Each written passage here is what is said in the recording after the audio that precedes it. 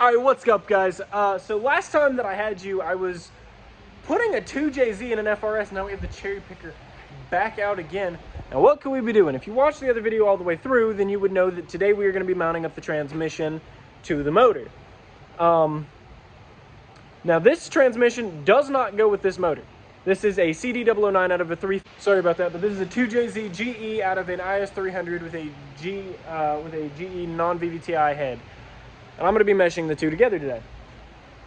Now, pulling the motor isn't as scary as you might think it is, and it's also a lot easier than you might think it'd be. Everything's already cut. The big issues with trying to get the 2J in are already done. All that it is the motor mounts, and I've already gone ahead and I've taken the bolts out, and it's just kind of sitting there. So we're going to go. Now, in order to get both of those together, I had to buy a transmission adapter from PMC Motorsports, and it came with a flywheel and all the hardware and tools that you're going to need to be able to make this work. All right, so now that I have the bracket mocked up to the motor, you can kind of see that it gives you the room for the starter, and it mounts up to all of the factory holes on the 2J. And then I should be able to slide the transmission onto the 2J from there, and then mate it together, put it back in the car, and start mocking up the transmission tunnel. All right, so now that this is officially bolted down, very exciting, I'm gonna go ahead and I'm gonna mount the flywheel so that way I don't have to do it in the future. So I just started the process of bolting the transmission to the 2J.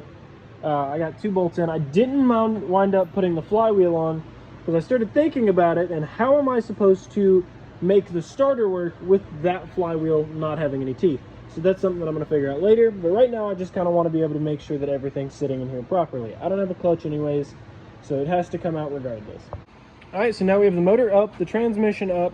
That was the reverse order. It doesn't really matter.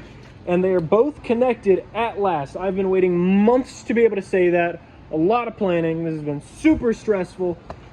So if you ever want to go through and you want to put a 2JZ in your FRS, know that it's going to be a pain. But, I mean, honestly, just to be able to see it going into the car is worth it.